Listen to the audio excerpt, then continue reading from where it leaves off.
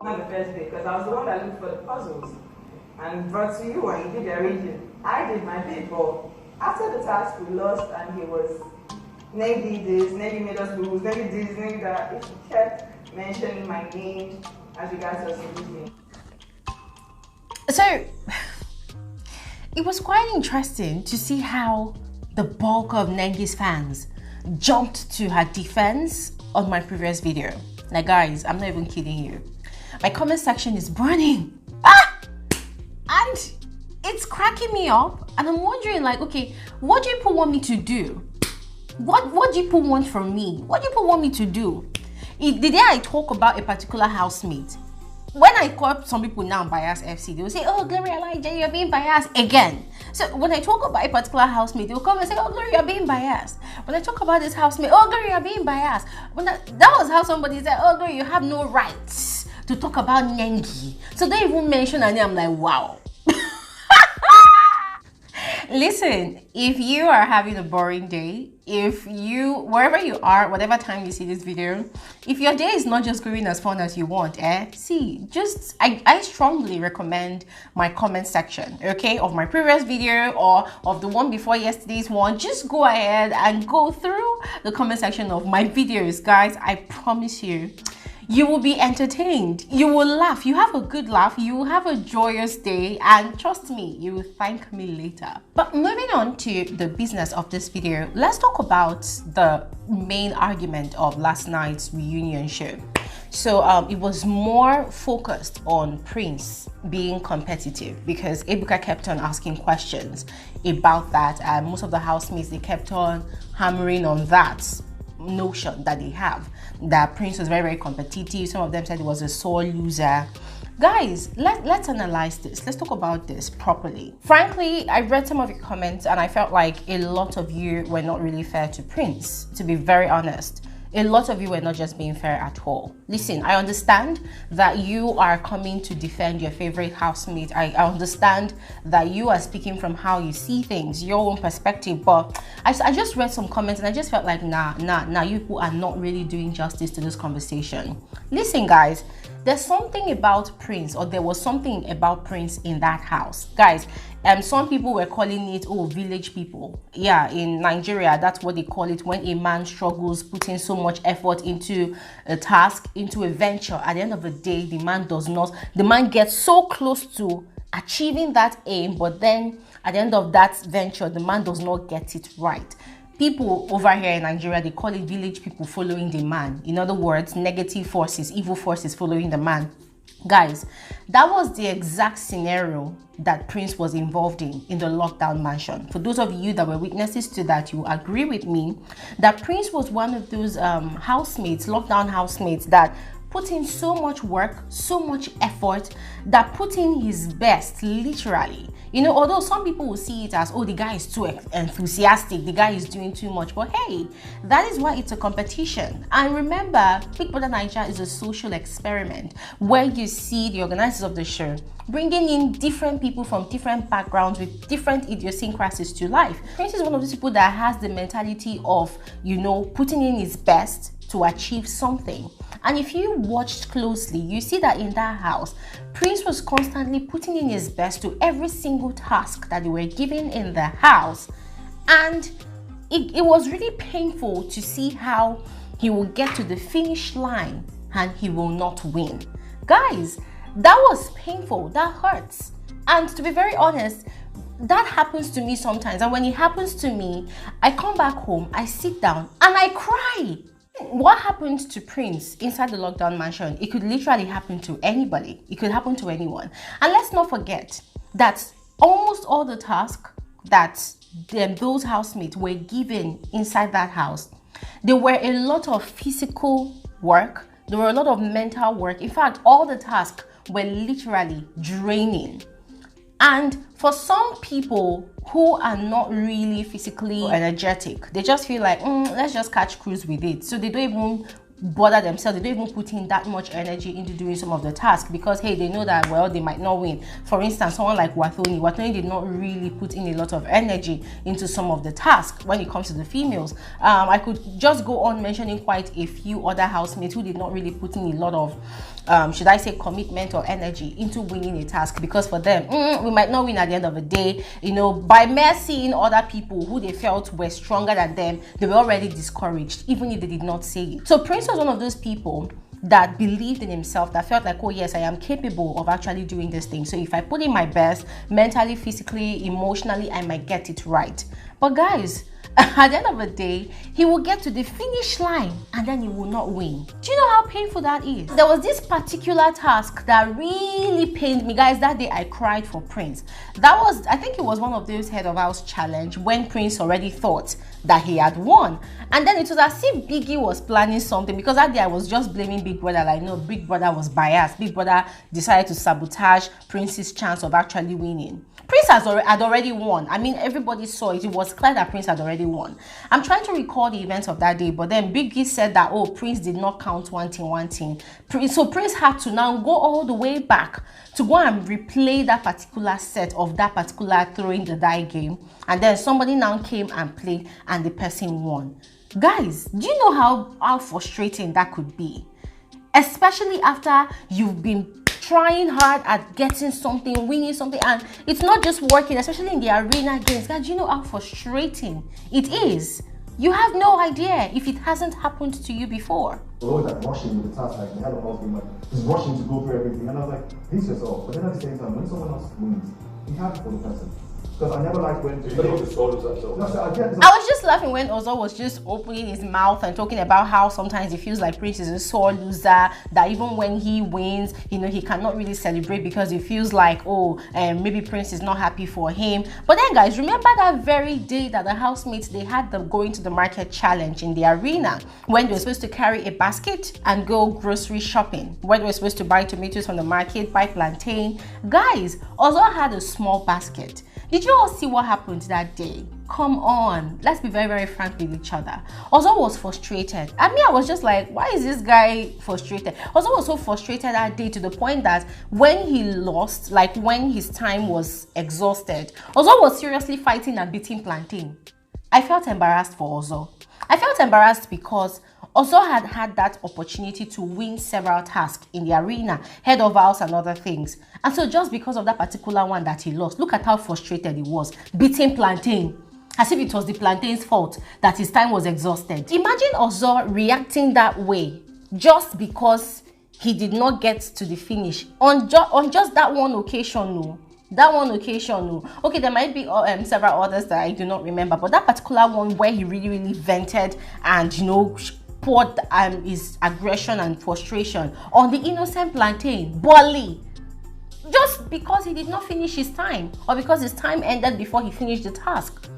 And then compare that to how Prince must have been feeling for every single time he gets to the finish line and then he does not win. Guys, let's be fair. Oh, that was for Ozo. So let's talk about New. New is also that person that I think on 2 different occasions during the Head of House challenge, he had gotten to the finish, to the finals, and he did not get it. He did not win it. New gets so angry, so frustrated. You see in the arena, his face is strong, he's angry. V will be there encouraging him, don't worry, your time will come, next time we'll do it. And then in the final week, both of them, they were hugging each other and saying that, you see, even without head of house, we made it to the top 5, we made it to the finals, that kind of thing. Oh, you didn't see that one, no? You didn't see that one to say that, oh, New is a sore loser. Okay, let's also talk about Dorothy. That particular episode where 5 people got the same figure in the arena. Yeah, Dorothy got 30, Ozo got 30, New got 30. I think, was it Nengi? There were 2 other people that got 30. And then it became a battle for who will become the ultimate head of house. Guys, Dorothy did not win. For her, that was supposed to be her chance to win the head of house. But guess what? She did not win. She was so frustrated that even after someone else emerged the winner, what happened? She went to her bed, face down. She was crying. I think it was Ozo that won. Yeah, it was Ozo that won. She was crying. She was angry. Like, she was seriously crying. And then Ozo went to go and console her. Guess what? Oh, leave me alone. Leave me alone. She did not want Ozo to come close. Like, she was so upset that she did not win, that she even showed that she was also upset that it was Nengi that it was Ozo that won, because she already knew that Ozo was going to pick Nengi over her, because as at that time Ozo and Nengi, they were already close in the house. So what are we talking about? What are we talking about again? People tend to easily forget these events. And I understand why. I do not blame you guys. People forget because, oh, Prince was that particular guy that had one too many scenarios where he gets close to the finish line and then he does not win at the end of the day. Guys, it is frustrating. It makes you feel like you're cursed. And that was exactly how Prince was feeling in that house. It makes you feel like you're cursed. It makes you feel like, oh, all the forces in the world are against you. Especially that day that Biggie did that thing to him when he had already won the head of house challenge, and then Biggie asked him to go back and play the die again, knowing fully well that playing that die thing was a game of luck or chance. So Prince was constantly feeling like he was cursed, or maybe his village people were following him, or wanting, or maybe his father's wrath from all the way from Enugu is following him. So I completely understood. Now the part that really pained me the most from last night's conversation on the reunion show was when some of the housemates were saying, it was just in the house now. Oh, you win, you lose, you lose. No. Especially Lucy, when Lucy was saying that, I'm the one that actually said that I do not wish Prince should win the privilege card again, so that I will not be cooking, I will not be doing this and that. You know, she was just blabbing and talking. I'm like, okay, so now you know that all those things happened back in the house, so right now it's convenient for you to just say that, oh, it was just in the house. Okay, so cast your minds back to how Prince felt back then. If it was you, if you were in the shoes, how would you feel? And that's the funny thing about this reunion. Now, these housemates, they've come out of the house, they've seen their videos, possibly they've made up and all of that, but when questions are thrown at them, they make it look like it was just flimsy or it was just a game. Sometimes, most of these things were not really a game, because it also has to do with someone's psyche. Imagine being a constant loser in the arena, and then people now interpret your feeling bad about it and questioning your capabilities as you being a sore loser, as you being highly competitive. And then Ebuka was asking them, do you see Prince as a threat? I was laughing. They were saying, some of them were saying no. I like the fact that Prince was quite honest by saying that yes, they all saw Prince as a threat, because if they did not see him as a threat, why were they always planning a coup? Why were they constantly upset when the little thing that he won in the house, they did not want him to actually enjoy it? Why? And then now let me address those of you that actually came out to defend Nengi en masse. You came to defend Nengi. You came to wage war with Bbnaija. You came to come and fight me. Like, you people were not being fair at all. I came with a broomstick. You people came with machete. You people came with shakabula. You people came with AK-47. Come on. Guys, calm down. As I always say on my videos, these are my perspectives. These are how I see things, you know, so you can as well come to the comment section and let me know how you see things, okay? You don't have to say, oh, Glory, you are lying. Glory, you are biased. Glory, you are this. Nah, it still does not take away the fact that that is my opinion. So you'll be doing yourself a grave injustice by coming to focus on Bbnaija and calling me names and stuff without airing your own opinion. Because at the end of the day, you've not made any point. Because your attack at me is still not a point, because I do not see those attacks. I do not recognize those attacks. What I actually recognize is you want to come and defend your faith and you come with cogent reasons. I'll still go back to what I said about Nengi, and I am not swaying from that. I am still standing on that because it was what I saw. It was what a lot of people actually saw. And one thing I've noticed again in this reunion is, in as much as Nengi is trying to maintain calm and class, she will continue lying about things that people actually saw on the show. And hey, it's a reunion show, yeah? Everybody, every single housemate there, in as much as they are coming to speak their truth, in as much as they are coming to come and speak their narrative, they are also indirectly coming to come and practice some emergency PR for them, for themselves, for their brands. Why? Because some of them that are actually very reasonable, they respect the brands that they are representing. So for most of those things that they did inside the house, even though it means them coming to come and lie through their teeth, they would lie just to protect their brand. But what they still do not understand is it's better to leave things unsaid than lying blatantly, because at the end of the day, you're setting yourself up for drags. People who literally watched you and saw what happened, they will still use the opportunity to drag you dirty, to drag you the more. So I will still repeat myself. Nengi had no case against Prince for as regards the Pepsi challenge. Yes, Nengi caused them both to fail that challenge. No matter what anybody tells me, guys, this is what I actually saw. Nengi caused them both to fail that challenge. I watched the rehearsal of that Pepsi challenge, and then I watched the actual thing. The song that they actually performed, I can't remember that particular song, but that song required them to be very, very, hot and sexy on the stage, but they were not doing none of that. Just because Nengi did not want to really get too close to Prince. And that is one thing that some of these housemates failed to understand whilst they were in the house. You're having a beef with someone. You're having a fallout with the person. When it comes to task, please put aside your beef, face the task head on, win it, or possibly just win something out of it. After the task, if you like, make up, or if you like, go back to your quarrel. That's your problem. And that's one thing I totally respected about Tacha during the Pepper Dem Gang period. Tacha was that particular housemate that had confrontation with almost all the Pepper Dem Gang housemates in the house. But then when it came to task, Tacha will bury the hatchet.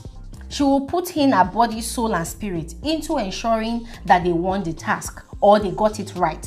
When they are done, you find out at the end of the day, they've settled their differences, they've squashed their beef, or sometimes, if you don't want to talk to me, go your own way. And she kept on reiterating that in the house. And that was one thing that most of the housemates actually respected about her, besides every other issues that they had. So in the house, in the lockdown mansion, I noticed that some housemates, they were not fully grown to that level of maturity in their head. Some of them, they will still carry their beef to the arena. Some of them, they will still carry their beef into tasks that they were having. And so for the Pepsi challenge between Prince and Nengi, for the first round, I agree that they worked together, and hey guys, that was because it did not involve dancing.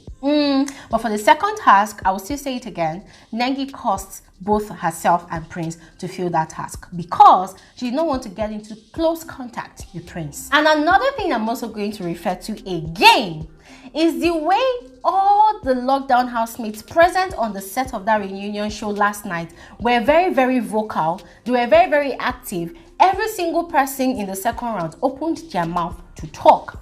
We had enough videos to see as evidence of some of the things that Ebuka was bringing up on that set. This still brings me back to the question, what happened during the Erica and Lacon's conversation? Guys, I'm asking for my subscribers because there are still people who are still coming to the comment section to come and remind me that, oh, Glory, see what happened though when Erica and Lacon's issue was brought up. All the housemates were quiet. Guys, me too. I'm letting you people know that this is also what I noticed. So once again, I am still hoping that before the reunion ends, we're going to see another episode that properly addresses the Erica Lacon Kidwire saga in the house. That's it for this particular episode of Frankly Speaking with Glory Elijah. Once again, I'm going to say this. Whatever I have said on this video is my perspective, and I look forward to reading your own thoughts in the comment section again. So guys, go ahead and share your own thoughts, share your own opinion, and I will definitely respond to all of you. Thank you guys so much for watching, and hey, do not forget to turn on post notifications to get alerts of my videos whenever I upload a new one. Don't forget to join my channel's membership. Click on the join button beside the subscribe button, and you will be able to see the perks that comes with being a member of my channel. And don't forget to patronize me by getting my FSWG tea mug. Okay, this helps you to identify with this channel, and of course, Glory Elijah. That said, guys, see you in another video.